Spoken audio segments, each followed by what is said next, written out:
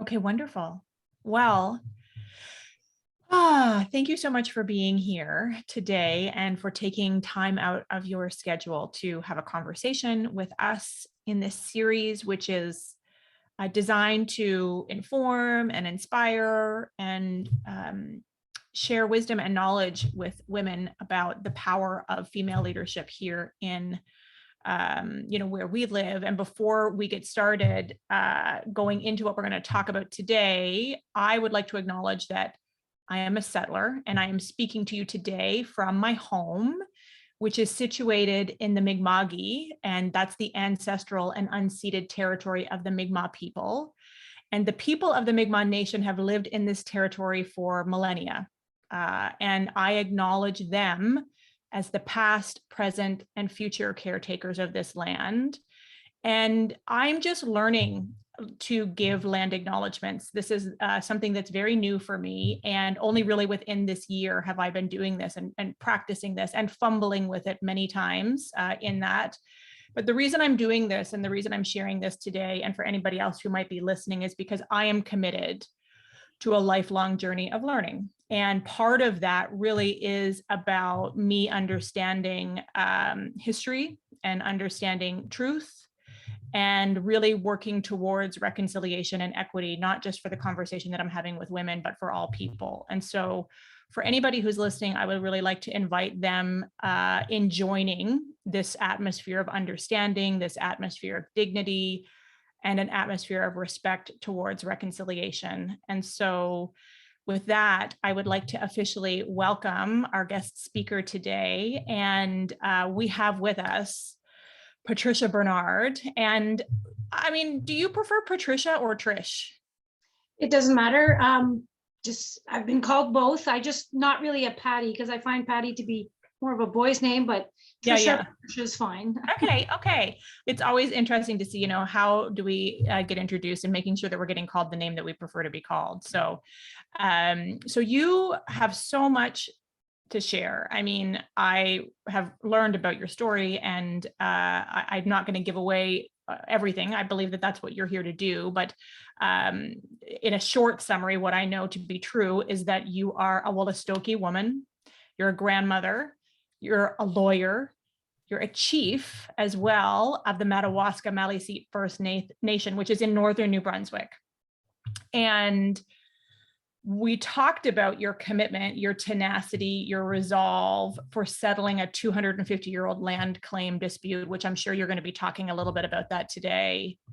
And not only was that important for you personally, but also for the benefit of your community overall. And it's taken a long time, I believe, over 25 years of your time and commitment to getting that goal, that outcome realized. But this is only one piece of your story. You've got a lot more to share and to tell us. And so I believe that's why you're here today, is to share that story with us. And so I just want to thank you again for taking your time out and being here with all of us today. You're very welcome, Harriet. And I want to thank you for that land acknowledgement. It really does mean a lot to the Indigenous people of this land that we have allies to support us in our claims to Aboriginal title, and our existence here our continued existence here was not as a result of any conquest or anything of that nature. So the land acknowledgements mean a lot, not only to our people, but to the relationship that we're going to have with the the non-Indigenous population and living together, because we're all here together. Mm-hmm. And the acknowledgement really does a lot. So I'm coming from the traditional territory of the Wolastoqey, which runs from St. Lawrence all the way down to the Bay of Fundy along the Wolastoqey River and its tributaries. So again, thank you for that acknowledgement. That's much appreciated. Very glad to be here and discuss a little bit about the land claim and a little bit about myself and my what's led up to me being a leader in the community and being a woman leader and the challenges that I've had to face along the way. Historically, women in our culture have always been leaders, and we've had matriarchal societies, and when Europeans arrived, a lot of the time, the division of labor that was allotted to both men and women were given a priority. If you were hunting and fishing, or if you were staying back at camp, that doesn't mean one was more important than the other.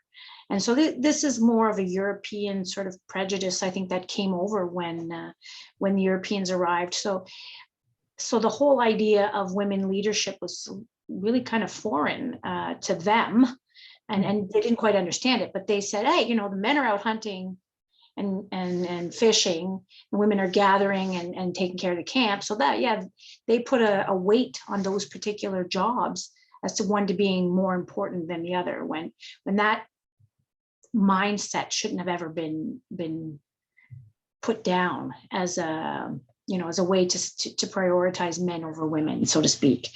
And as early as in the 1700s, the Jesuit priests, when they first came over to try and do a lot of the conversion, they noted that. They noted the important position and even the superiority that the women held within the communities, particularly like when it came to things such as military affairs, lands, harvests, councils, peace and war, marriage, and even like the succession of the family. So you always, the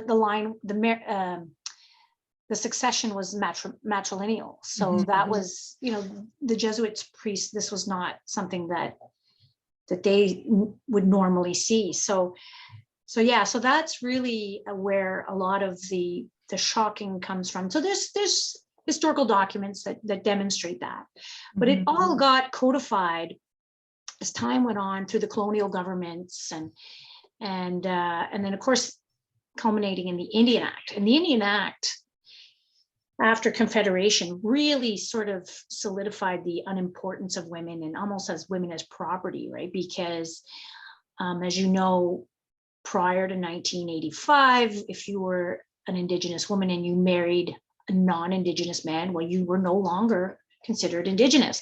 And if you were a non-Indigenous woman and you married an Indigenous man, well, lo and behold, you took on the culture of your husband. So we had a lot of non-Indigenous women who came into our communities and were considered, according to the government, status Indians, which is the situation, I guess, with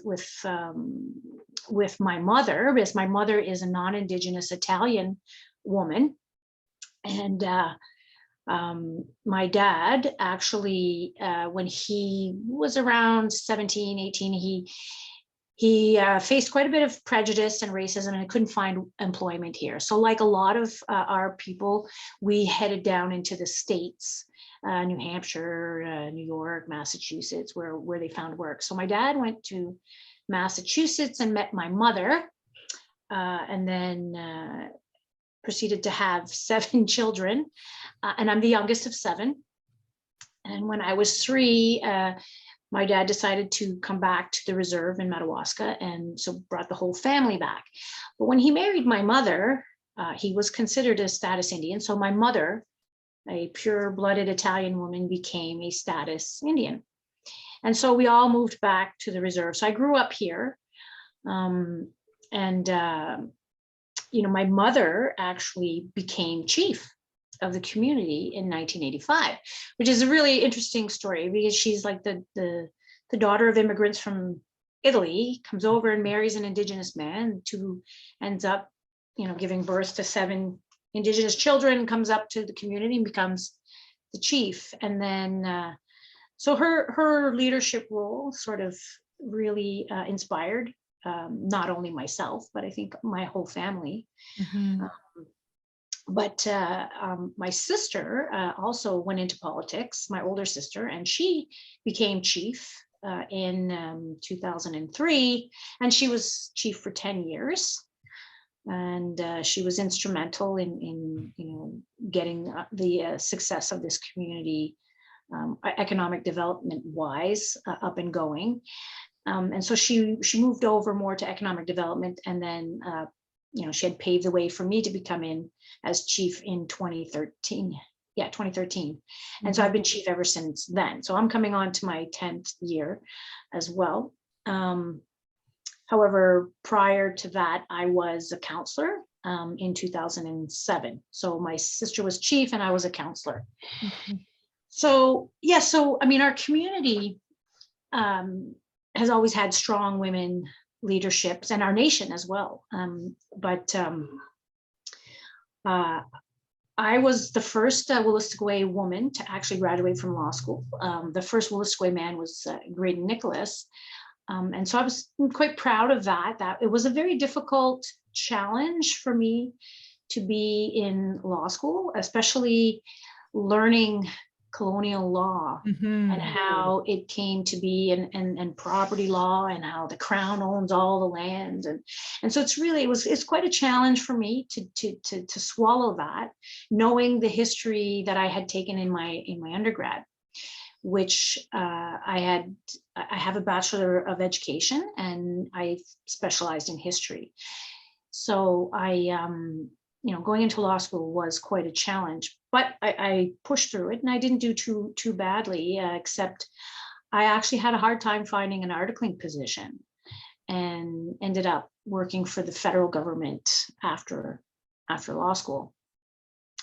But after law school, I worked for the specific land claims department in Ottawa, worked there for a few years, and then I worked in Amherst for a year on a secondment in estates registration and governance. And it was at that time my sister had been chief for a few years, and she said, Trish, you should come and work for the community.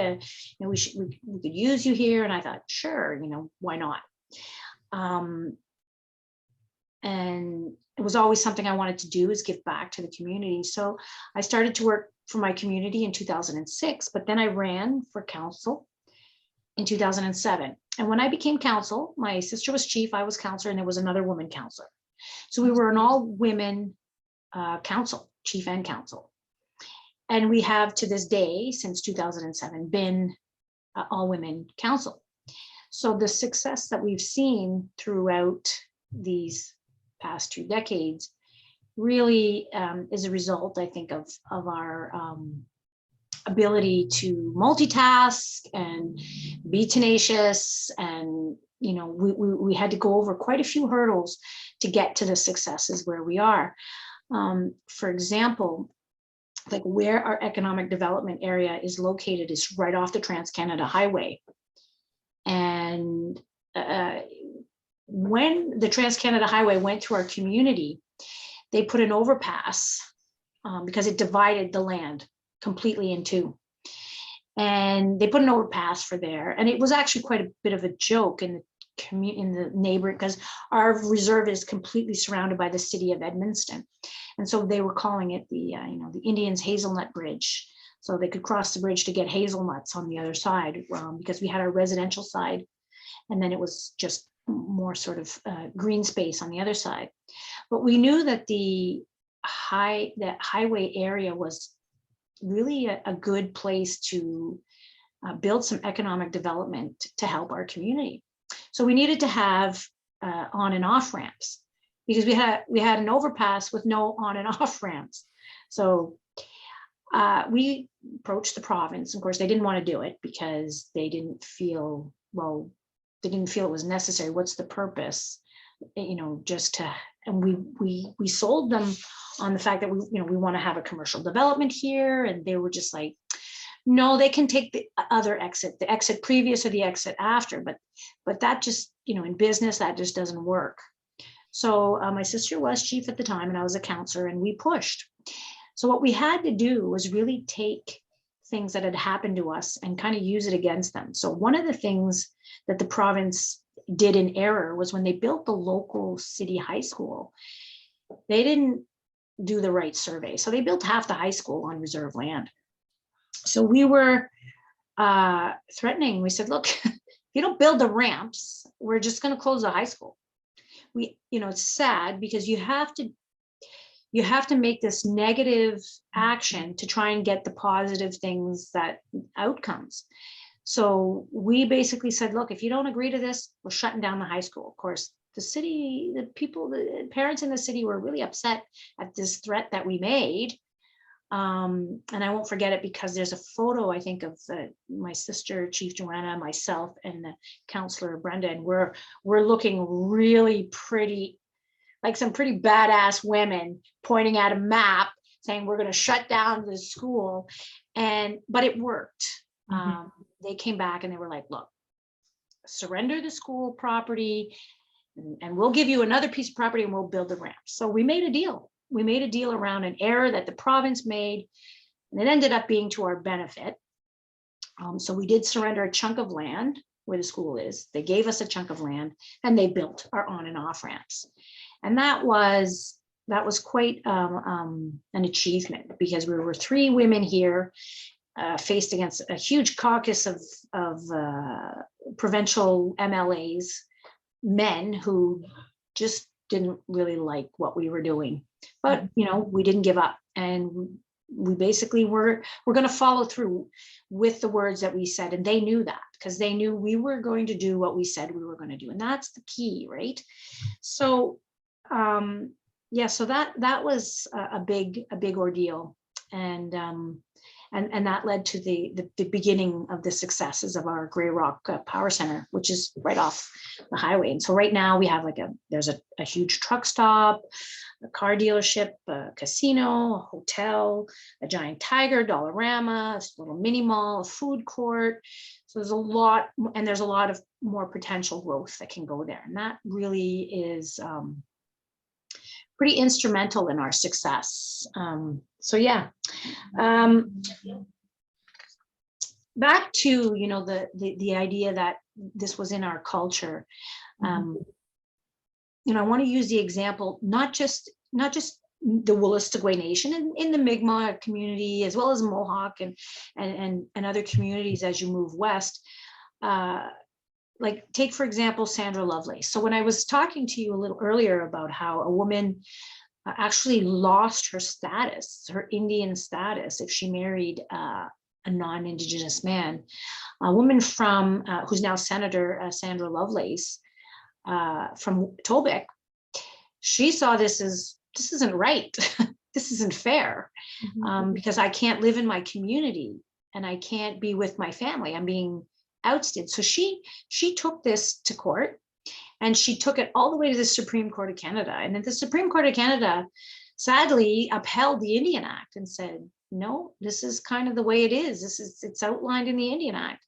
So she went to the United Nations. And of course, even though they don't really have any authority, they shamed Canada. Like, how can you treat women this way, with a slap on the hand? And then that sort of started the ball rolling for legislative change. So in 1985, the Indian Act changed because of that, and because of her and her fight and her tenacity, which is admirable, I think. And she's just one example of many women who battle for what is right. So that's quite quite inspirational. Very significant and very inspirational. So aside from the huge economic development growth in our community, we as women afterwards have a few other successes under our belt. And the 2 big ones are, we have 2 land claims. One of the things is, before our economic development project succeeded, we had finalized a small land claim. So there was what happened was the New Brunswick Railway had put a railway through our community, and they so-called thought they expropriated the land. And when the company went down they sold it to CPR, and then CPR no longer needed that railway, but they figured they owned the land. And so they ended up leasing it to the local pulp mill, and they had put a effluent pipeline through our reserve. And that pipeline was about 8 feet tall, full of creosotes, and it cut through our reserve again, like the highway, but they had left one area where we could cross. And I remember as a child going there, and I could still smell the creosote. But I used to ride my horses up and down that pipeline. That was, the funny thing was, it was buried underground until it got to the reserve, and then it was above ground until the end of the reserve, and then went back underground. Kidding me. No, that's exactly the way it was. And occasionally there would be like there was a chute for like a vent or whatever. And I remember riding my horse by there a few times, and that chute would just flow out effluent, and it would scare the crap out of my horse. So I remember always walking by that area, being a little bit cautious of not getting jolted off. But anyways, back in the 70s, they brought it to court, but didn't really succeed in getting the land back. But while I was in university, I had helped. We submitted a claim, but then the case law changed. The case law across Canada changed. So in other words, if you needed to expropriate land on reserve, you had to take the least interest possible. So you couldn't take it in ownership. So if you were no longer done with it, you'd have to give it back. But they didn't do that. They just kept it and leased it out, which didn't make any sense. If you didn't need it, give it back. So where all the other properties were quit claimed, and they all got their property back except on reserve. So this was another claim. It was a smaller land claim. It involved about 7 acres of land. But I was involved in that claim, in the submission of that claim, but we did end up winning that claim. My sister negotiated it, and in record time managed to get $5 million from that particular settlement, which was instrumental in starting our economic development, because it takes investment to succeed, and we needed infrastructure, and so that was the beginning, and that was in 2008.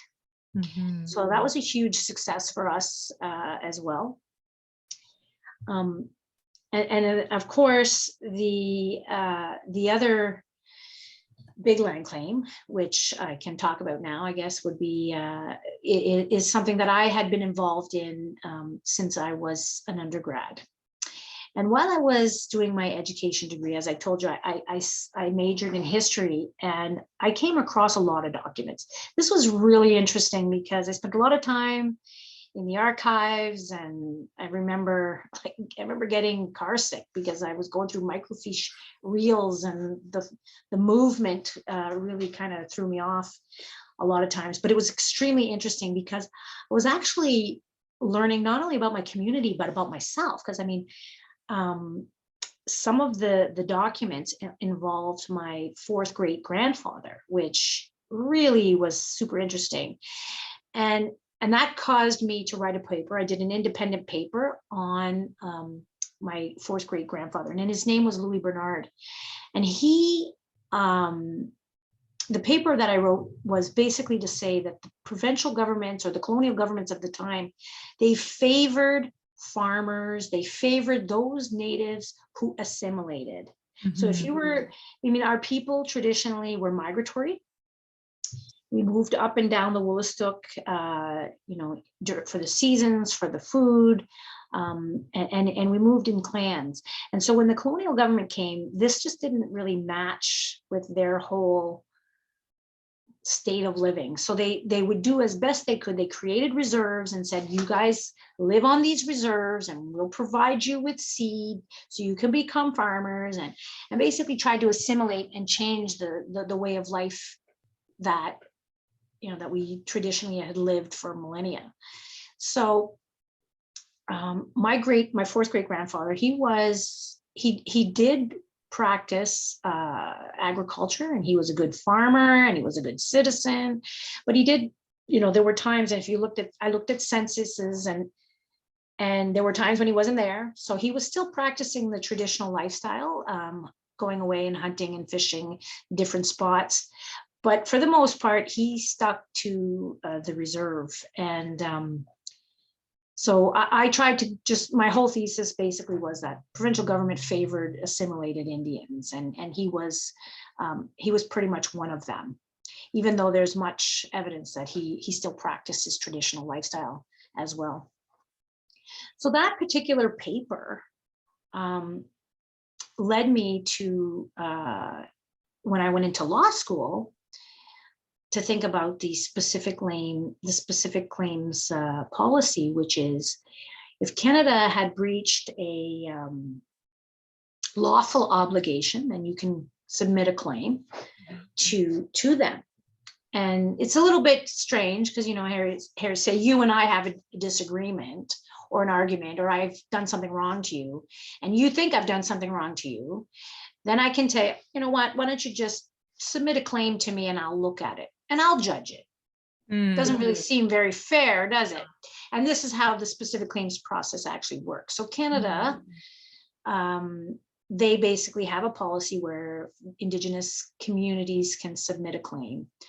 And this isn't a big comprehensive claim about traditional title. This is something that very specific to, you know, an area, like a lawful obligation. If they sold resources that belong to a First Nation for less, or if they didn't get any compensation, or if they took land without a surrender.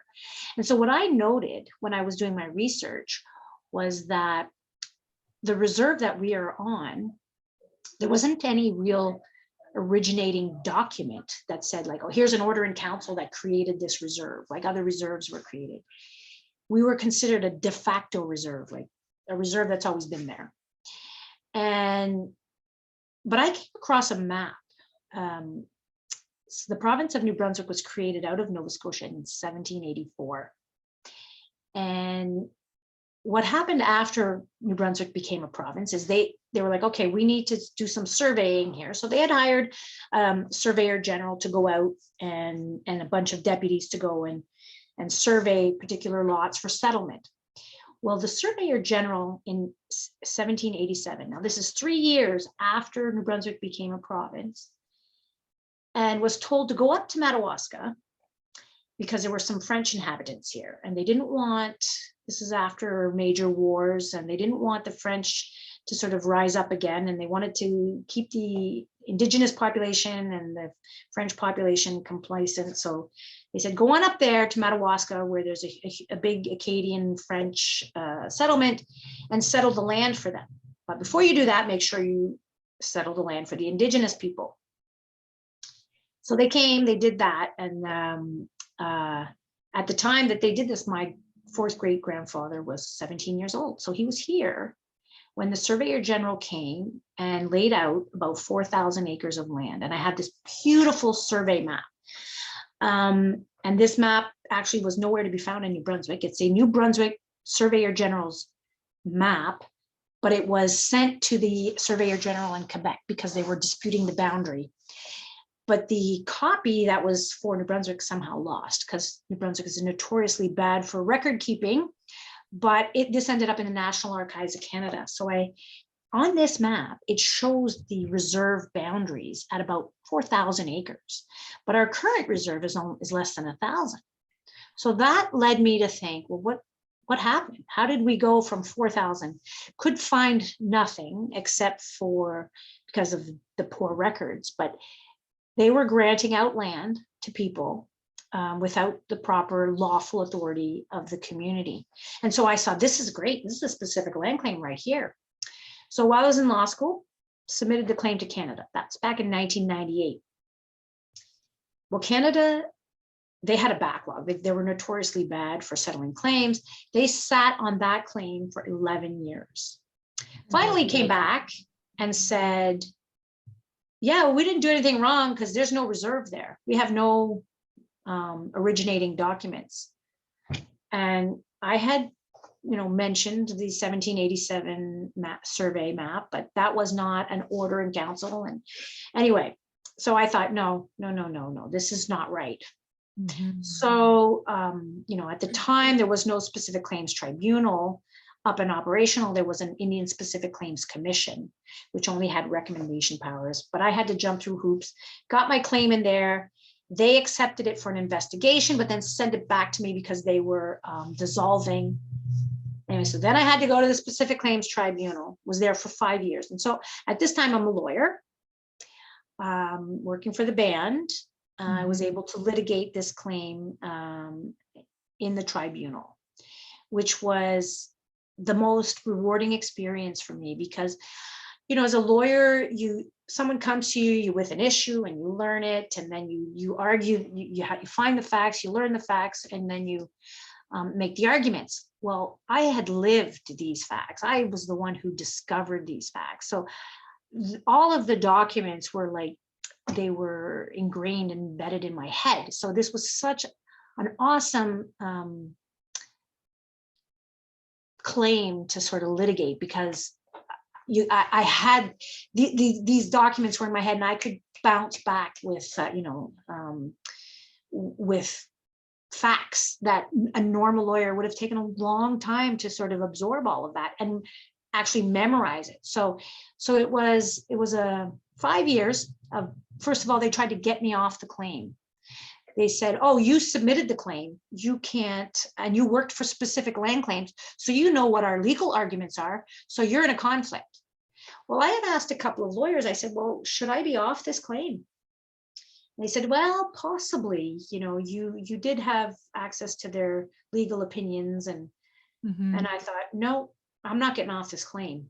And so they set a motion to try and pull me off. And we went to a case management conference. And before the judge, I said, listen, I said, you know, I've been doing this claim, and I kept a arm's length away from it while I worked there. So the judge went to the Canada's lawyer and said, so you're telling me that you don't want Miss Bernard to argue this claim because she knows what your legal arguments are going to be. But when we go before the tribunal, you're going to have to reveal what those legal arguments are going to be. So he pretty much shamed them into there, and they backed off. You know, then they tried to say I couldn't use current case law, or I couldn't broaden the claim. If I found any new documents, couldn't use that. But they lost at every point. And so after 5 years, we went through the hearings, which were, you know, 2.5 to 3 weeks in total. And the judge came back in our favor. And that was just a fantastic win. It really, really was.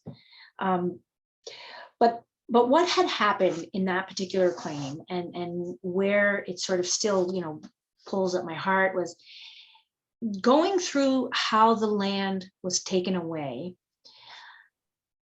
without consideration for the inhabitants who were living there at the time. And over a period of about 90 years, they just chipped away. But in 1861, my fourth great grandfather, Louis Bernard, who I was speaking of, he was there, and the Indian agent came to the reserve, and he told them, you're going to have to move your community and your family to Tobic. They wanted to put everybody in Tobic. Well, he was 90 years old at the time. So when they set up the boundaries for the reserve, he was 17. He had lived there all his life. And at 90 years old, they come and tell him he has to move. So in 1861, the age of 90, he traveled to Fredericton, most likely by canoe. He hired a magistrate, and he made a plea to the government. And in his plea, it's quite emotional, where he says, I've been a good citizen. I can't believe you would uproot me from the place where I was born. I've buried my parents here along the banks of the river. I've buried my grandparents here, my wives, my brothers and sisters, some of my children and my grandchildren, and you would move me from here. And I've been nothing but a loyal citizen. So it must have struck some hard chords, because it was after that point that the reserve was no longer diminished. Wow. So, I mean, he ended up living to be 100 years old as well. And so that's quite amazing for, you know, he died in 1871. To be 100 years old at that time, you know, you got to be pretty strong. So, you know, I was always kind of proud of that. And that's kind of really really made this a personal claim for me as well. And the fact that, we were able to win this for the community, for the benefit of the community, has been, such a great honor for me. And I wanted to honor Louis Bernard. So we put away quite a bit of money into a trust, a legacy trust. We put $50 million into a legacy trust, because when we won the claim, we settled for $145 million. And we gave some money out to the members at the time. We put $50 million in a legacy trust, which we call the Louis Bernard Legacy Trust. So it's in honor of his tenacity. And because of, if it wasn't for him, we'd probably all be members of Wolastoqey First Nation. And at his age, to do what he did. So I feel that sort of blood flows through my veins as well. And I was happy to be a part of it, happy to continue his fight. And we're not over yet. I mean, we still have more land claims to go and more successes and battles. But right now, there's a political one that goes on with this province. Unfortunately, our premier in New Brunswick seems to be somewhat intimidated by very strong-willed women. There seems to be a little bit of I'm pretty sure I keep him up at night about how, I mean, as he says, we're going to take over the province, and that's not our goal. We have in 2020, the nation, not Madawaska, not my community, but the 6 communities that make up the Wolastoqey filed an Aboriginal title claim, which really, I think, keeps him up at night. But, all he has to do is sit down and talk to us, but on an equal footing, which is something that this particular New Brunswick government is just not good at doing at all. So, yeah, so that's Just a little bit of my story. Snippet of what you've been up to. I mean, Yes. Wow. So what drives you, or what keeps you up at night? Well, the injustices and the things that need to be done. And a lot of them are not big things. We have a lot of things on the go as a nation and as a community. For example, one of the things we're doing as a nation is we're trying to reclaim the name of our river. Now, the St. John River is known to us as the Wolastoqey. And the Wolastoqey means beautiful and bountiful river. And we are the Wolastoqey. So we are the people of this beautiful and bountiful river. Our whole identity and our whole culture is wrapped up in this particular landmark, this waterway, which is life-giving to us. And to take it and to have it its name just changed to St. John, at the time they were doing that. They did keep a lot of traditional Mi'kmaq and Wolastoqey names, but I'm not sure why they changed the name of the St. John River. Maybe Wolastoqey was too hard to say at the time. I'm not sure. But this is a small reconciliatory thing to do. It's not going to be easy, because the river actually goes into the United States, New Brunswick, and into Quebec. So there is a little bit of coordination that needs to happen, but it's not a big one. So this is a small thing, and I think this is a doable thing. So, that's one thing that I'd like to see. We have our title claim. Recognition of our title is huge. Now, Aboriginal title is a land claim, and it's not the same as the specific land claim that I settled in 2021. The Aboriginal title claim is a big comprehensive claim of recognition that we were never conquered, we never gave up, we never ceded or surrendered our traditional lands. And what does that mean? That means that there's an underlying Aboriginal title to our territory. Just like, Harriet, you may have a piece of property somewhere in Nova Scotia. You bought it, you get a fee simple or whatever. But just so you know that fee simple is not ownership.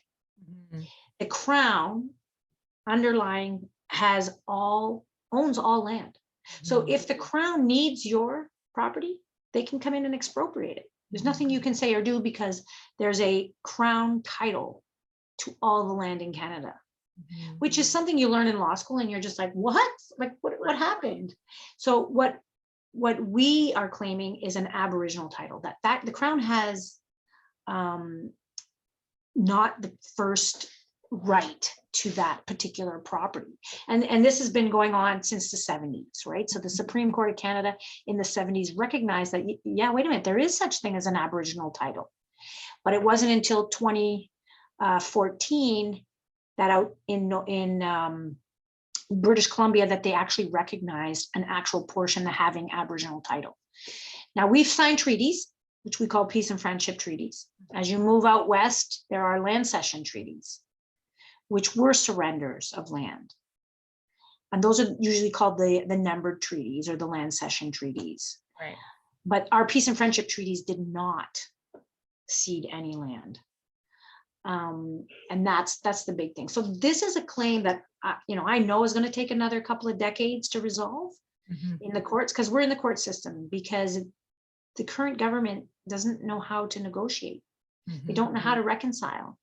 So unfortunately, and here's the thing, we are using the Canadian colonial court systems to fight our claims.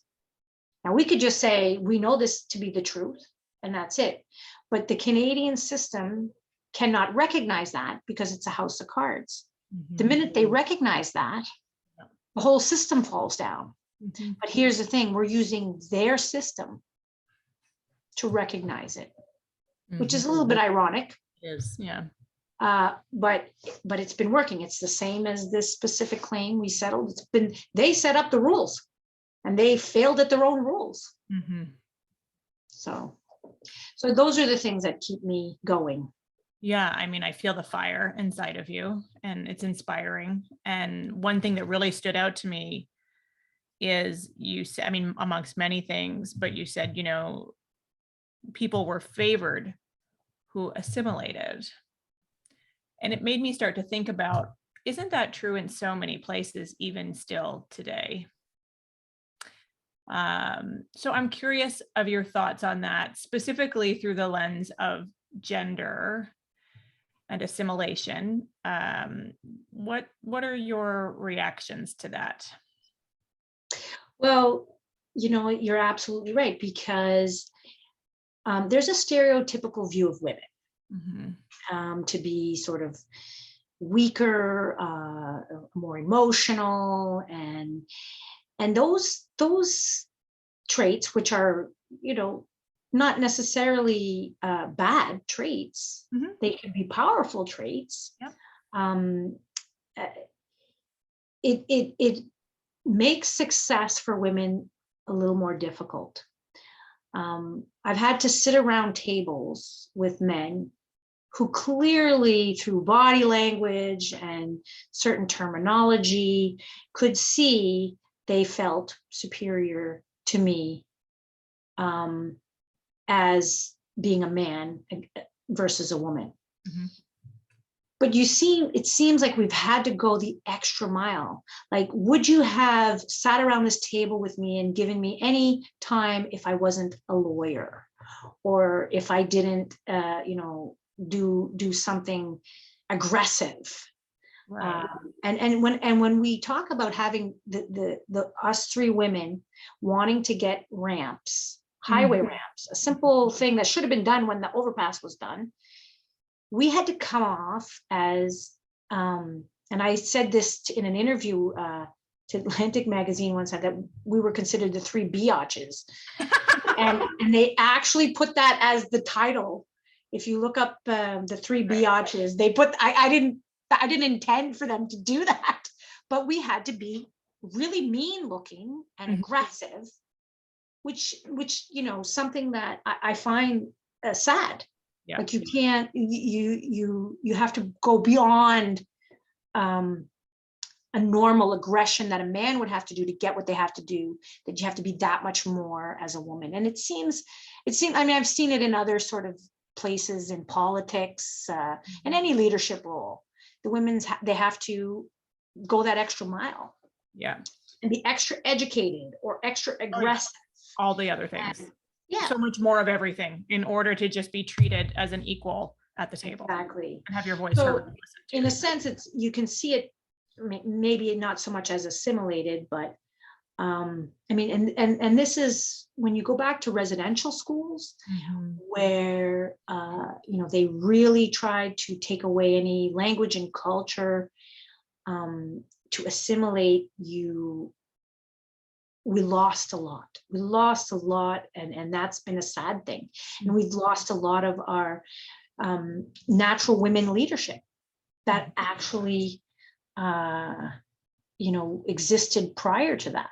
And some people may or may not believe in DNA memory, but you kind of, the blood flows there. It flows through, just because it was my fourth great grandfather who did this doesn't necessarily mean that same blood didn't flow through my grandmother's, and would have happened, likely been through his mother as well. Yeah. And down the line. So it's just too bad that assimilation that need to assimilate by the colonial government was its own way that would be the only way they could succeed.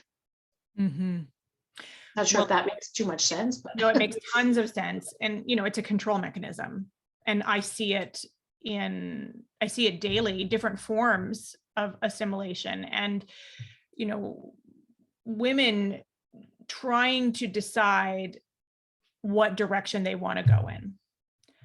Do I want to assimilate and lower my risk and play it safe and comply and follow what we could say a patriarchal model of what it means to be a successful woman in today's society? Or do I want to stand out? And I think there's definitely fear and worry in standing out and what will happen to me. I mean, we see women getting labeled as biatches all the time when they use their voice and are trying to just have their voice heard. We get labeled pretty easily for being too, I've never seen a man ever be labeled as too aggressive. I've never seen that, unless we're talking about something like, really off the charts. But we're, in a meeting, in a conversation, I see these kinds of things in leadership conversations all the time. So what would you say to women who are at that crossroads, see that something is not right, don't agree with the way that something is being done, see injustices even in their communities or in their work environments, and are worried about standing out, worried about the backlash, the fallout, whatever you want to call it? What would you say to them? Never give up. And never give up. And if you know deep down that this is the right thing to do, to fight for it, you do what you got to do to get to where you need to be, the right thing. And and the tenacity, you need to be committed and believe in yourself, believe in what you know to be the right thing to do. And it can be challenging, because sometimes, and I've been questioned, why are you doing this? Like, who are you doing this for? And you don't have to necessarily be doing it for anyone. I do it for myself, for my nation, for my family, my community, but it's the right thing to do. It's the right thing to do. And if you, without a doubt, know it, then just never give up. And that's what I would say to any woman in the path that they want to take. If you want to become a doctor, people will try it. Oh, you're so nice and caregiving, you should become a nurse.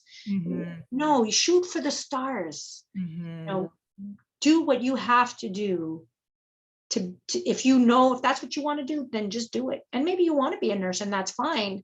But if you want to be more than that, then be more than that. Anything, or if you know that something needs to be done, don't let anything stop you, especially your gender. Yes.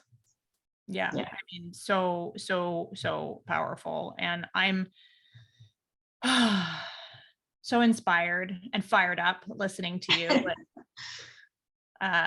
Tenacity and grit and perseverance. It definitely feels like it's your story, but also has been handed down generationally, is definitely a part of your story. So thank you so much for sharing a little bit of that with us. And we are here supporting you and the work that you're doing, and wish you success with playing the long game, by the sounds of it, in fighting for what is just and what is equal. And we need powerful voices like yours, and proud to be part of the Biatch's story today.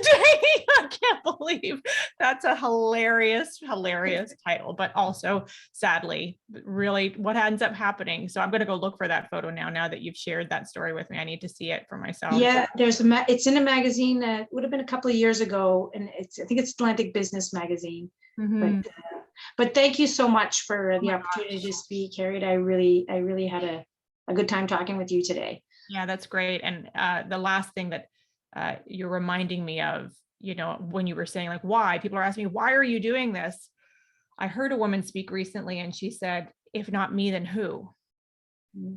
And I think that that's just really important as we all think about, what kind of life do we want to lead, and what do we want to be known for, and what's the impact that we want to make.